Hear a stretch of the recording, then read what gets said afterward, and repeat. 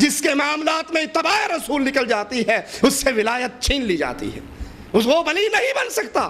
ولی وہی بنتا ہے جو ایک ایک عمل میں قال اللہ و قال الرسول اس کو اپنے سامنے رکھتا ہے. آئیے سید مودودی اسی اسماء و صفات کے بارے میں کیا کہتے ہیں. یہ ہمارے ہاتھ کے اندر تفہیم القرآن ہے, 6 جلد ہے, اس کا صفحہ نمبر 49 ہے. اس کے اوپر قرآن حکیم کی ایک آیت کا ترجمہ تفسیر کرتے ہوئے لکھتے ہیں أَأَمِنْتُم مَّن فِي السَّمَاءِ أَن يَخْسِفَ بِكُمُ الْأَرْضَ فَإِذَا هِيَ تَمُورُ. کیا تم اس سے بے خوف ہو کہ جو آسمان میں ہے. یہ ترجمہ کر کے پھر تفسیر بیان کرتے ہیں. کہتے ہیں اس آیت سے یہ مطلب نہیں نکلتا, اس آیت کا یہ مطلب نہیں کہ اللہ آسمان میں ہے, اللہ آسمان میں رہتا ہے. اس آیت کا یہ مطلب نہیں. قرآن کی 2 ٹوک آیت ہے ام امنتم من فی السماء. لیکن سید مودودی اللہ کی اس صفت کا انکار کرتے ہوئے کہتے ہیں اس کا یہ مطلب نہیں کہ اللہ آسمان میں. رسول اللہ صلی اللہ علیہ وسلم کے پاس ایک لونڈیا لائی گئی. سائل سوال کرتا ہے یا رسول اللہ صلی اللہ علیہ وسلم اس کا امتحان لیجئے, اگر یہ مومنہ ہے, اگر یہ مومنہ ہے میں اس کو آزاد کر دیتا ہوں. رسول اللہ صلی اللہ علیہ وسلم پہلا سوال کرتے ہیں این اللہ, اللہ کہاں ہے. وہ عورت آسمان کی طرف انگلی بلند کرتی ہے, اللہ اپنے عرش میں ہے. پوچھتے ہیں میں کون ہوں, فرماتی ہے تو اس کا بھیجا ہوا رسول ہے. اللہ کے نبی فرماتے ہیں مومنہ ہے اس کو آزاد کر دے. یہ اللہ کی صفت ہے. الرحمن علی العرش استوى, رحمان اپنے عرش پہ مستوی ہے جیسے اس کی شان کو لائق ہے. صفحہ 333 ہے. قرآن حکیم کی ایک آیت وَجَاءَ رَبُّكَ وَالْمَلَكُ صَفًّا صَفًّا. اس کو بیان کرتے ہیں, اس کا ترجمہ کرتے ہیں. کہتے ہیں اصل الفاظ ہیں جاء ربک, جن کا لفظی ترجمہ ہے تیرا رب آئے گا, لیکن ظاہر ہے اللہ تعالیٰ کے ایک جگہ سے دوسری جگہ منتقل ہونے کا سوال ہی پیدا نہیں ہوتا. یہ ممکن نہیں کہ اللہ ایک جگہ سے دوسری جگہ پر آتا ہے. اور رسول اللہ صلی اللہ علیہ وسلم بیان فرماتے ہیں مالک عز و جل آخری پہر میں آسمان دنیا پہ نزول کرتا ہے. کیسے؟ لیس کمثلہ شیء, اس کی مثال ہی نہیں ہے. جیسے اس کی شان کو لائق ہے, جیسے اس کی بزرگی کو لائق ہے. اللہ کی صفت ہے, اللہ نزول کرتا ہے. جتنا آ گیا امام مالک رحمہ اللہ فرماتے ہیں اتنے پہ ایمان لانا ضروری ہے. سوال کرنا بدعت ہے. اللہ کی شریعت میں آ گیا, ہم ایمان لے آئے, اور یہ کہہ دینا کہ ممکن نہیں کہ اللہ آسمانوں میں ہے, ممکن نہیں اللہ کے نزول, یہ اللہ کی صفات کا انکار ہے. صفحہ 87 پر قرآن حکیم کی ایک اور آیت کی تفسیر بیان کرتے ہوئے کچھ کہتے ہیں تعرج الملائکۃ والروح الیہ فی یوم کان مقدارہ 50,000 سنہ. ملائکہ اور جبرائیل اس کے حضور چڑھ کر جاتے ہیں.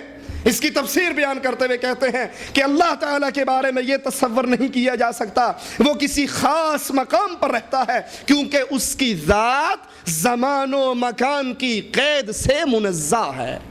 اللہ کے بارے میں یہ کہنا کہ اللہ فلاں جگہ پہ ہے, یہ اہل سنت کا, یہ صحابہ کرام کا, یہ اللہ کے نبی صلی اللہ علیہ وسلم کی احادیث سے ثابت ہونے والا عقیدہ ہے کہ اللہ عز و جل اپنے عرش پر مستوی ہے. کیسے ہے؟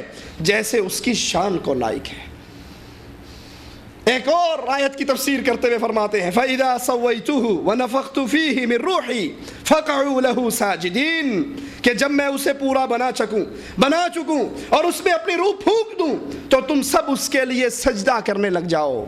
کہتے ہیں انسان کے اندر جتنی صفات ہیں اصل میں یہ اللہ کی صفات کا عکس ہے, یہ اللہ کی صفات کا کچھ حصہ ہے. انسان مخلوق ہے اللہ کی, وہ مالک خالق ہے. انسان مخلوق ہے, اللہ خالق ہے. خالق کی صفات انسان میں نہیں آیا کرتی. مالک عز و جل اعلان فرماتا ہے لیس کمثلہ شیء, اس کی کوئی مثال نہیں, اس کی کوئی مانند نہیں. اس کی صفات جو قرآن و حدیث میں آ گئی، نہ اس کا انکار جائز ہے، نہ اس کی تعویل جائز ہے، نہ اس کی تعطیل جائز ہے، نہ اس کی تشبیہ جائز ہے، اور نہ اپنے پاس سے اس کو کوئی اور صفت دینا جائز ہے۔ اللہ کی کوئی صفت ہمارے ہاں عام مشہور ہے، اللہ حاضر ناظر ہے۔ اللہ کا حاضر ہونا، حاضر مجرم ہوتا ہے عدالت کے سامنے، وکیل ہوتا ہے جج کے سامنے، سپاہی ہوتا ہے تھانے دار کے سامنے۔ ہم دن میں 5 مرتبہ اللہ کے گھر میں حاضر ہوتے ہیں، اللہ ہمارے سامنے حاضر نہیں ہوتا۔ اللہ اپنے عرش پر ہے جیسے اس کی شان کے لائق ہے، وہ ہمارے سامنے حاضر نہیں۔ یہ تو صوفیہ کا عقیدہ ہے، ادھر دیکھوں تو ہی تو، ادھر دیکھوں تو ہی تو، جدھر دیکھوں تو ہی تو، مسجد میں تو، مندر میں تو، میں خانے میں تو، ہاتھ میں آئے تو رام، ہاتھ میں نہ آئے تو رحیم۔ ہمارے ہاں عقیدہ ہے اللہ ہر جگہ موجود ہے۔ حسبی ربی جل اللہ ما فی قلبی غیر اللہ، ہمارے دل کے اندر اللہ ہے، ادھر بھی اللہ ہے ادھر بھی اللہ۔ اور عقل کے اندھے مانتے ہیں کہ اللہ ہر جگہ پہ ہے۔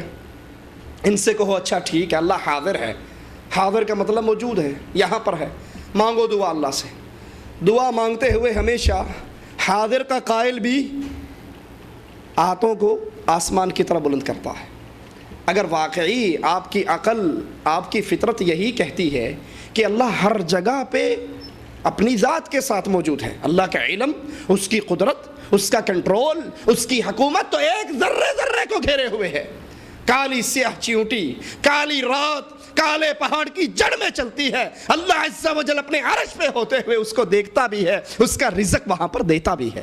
یہ اس کی قدرت ہے، یہ اس کا علم ہے، یہ اس کا کنٹرول ہے۔ اس کی ذات ہمارے سامنے حاضر نہیں، ہر جگہ پہ حاضر نہیں، بلکہ اس کی ذات ام امنتم من فی السماء الرحمن علی العرش استوى، رحمان اپنے عرش پہ ہے جیسے اس کی شان کو لائق ہے۔ وہ ہاتھ اٹھاتے ہیں سوال کرنے کے لیے، ان کے خالی ہاتھ آسمان کی طرف بلند ہوتے ہیں۔ ان سے کہو اگر واقعی آپ کا یہ عقیدہ ہے کہ اللہ ہر جگہ پہ حاضر ہے تو کم از کم یوں مانگ لیا کرو، اللہ یہاں بھی تو ہے نا، اے اللہ دے دے، یوں دے دے، یوں دے دے، یوں دے دے، یہاں سے دے دے۔ یہ خالی ہاتھ آسمان کی طرف بلند کیوں ہوتے ہیں؟ آپ کی فطرت سلیم آپ کو آواز لگاتی ہے ان خالی ہاتھوں کو بھرنے والا اللہ عرش میں ہے۔ اللہ کی کوئی صفت کہ وہ اپنی ذات کے اعتبار سے حاضر ہو شریعت اسلامیہ میں ہمیں نہیں ملتی۔ اللہ اپنے عرش پہ ہے، اس کا علم، اس کی قدرت ہر جگہ پہ ہے۔ لیکن آئیے رسائل و مسائل جلد 4 کے اندر سید مودودی صاحب صفحہ 102 پر فرماتے ہیں،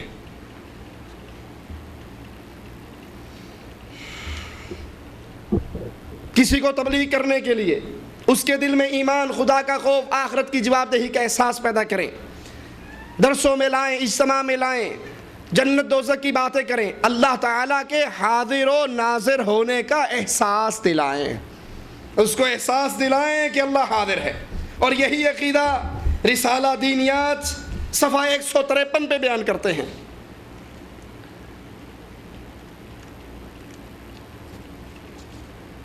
تمہارے اندر نماز سے خدا کا خوف، اس کے حاضر و ناظر ہونے کا یقین پیدا ہوا ہے یا نہیں؟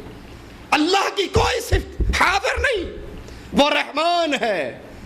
بندے اللہ کے سامنے قیامت کے دن پیش ہوں گے، فرشتے اللہ کے دربار میں چڑھتے ہیں، ہم اللہ کے گھروں میں حاضر ہوتے ہیں۔ جو حاضر ہو اس کی قدر کم ہوتی ہے، جس کے سامنے حاضر ہو اس کی عزت زیادہ ہوتی ہے۔ اسی لیے پولیس والا تھانے دار کے سامنے، تھانے دار ایس پی کے سامنے، وکیل جج کے سامنے، وزیر اعظم کے سامنے۔ اللہ کے لیے مثال نہیں، بات سمجھانے کے لیے عرض کرتا ہوں، اللہ اپنی ذات کے ساتھ اپنے عرش پر مستوی ہے جیسے اس کی شان کو لائق ہے۔ یہ دین اسلام جس پہ چلنے کے بدلے میں اللہ عز و جل نے جنت کا وعدہ کیا ہے، جنت کا اعلان کیا ہے، جو اس اسلام کے راستے پر چل کر آئے گا اس کے لیے ہمیشہ کی جنتیں ہیں۔ اسلام کی یہ عمارت 5 ستونوں پہ استوار ہے، رسول اللہ صلی اللہ علیہ وسلم کا فرمان صحیح بخاری میں موجود ہے، بنی الاسلام علی خمس، اسلام 5 بنیادوں پہ اس کی بلڈنگ کھڑی ہے، اس کے 5 ستون ہیں۔ سب سے پہلے شہادت اللہ الہ الا اللہ، یہ گواہی دینا اللہ کے علاوہ نہ کوئی مشکل کشا، نہ حاجت روا، نہ غوث اعظم، نہ بگڑی بنانے والا، نہ رزق دینے والا، نہ عبادت کیے جانے والا، نہ پکار کے قابل، نہ سجدے کے قابل، نہ رکوع کے قابل، نہ نظر کے قابل، یہ ساری صفتیں ہیں تو ایک عرش والے اللہ کی، رکوع بھی اس کے سامنے، سجدہ بھی اس کے سامنے، مشکل میں پکارا بھی اس سے جائے گا، دکھ میں آواز بھی اسی کی طرف لگائی جائے گی، مانگا بھی اس سے جائے گا۔ لا الہ الا اللہ، کوئی ایسی ذات نہیں جو معبود برحق ہو، اور محمد کریم صلی اللہ علیہ وسلم اللہ کے رسول صلی اللہ علیہ وسلم، یہ پہلا رکن ہے اسلام کا۔ پھر نماز،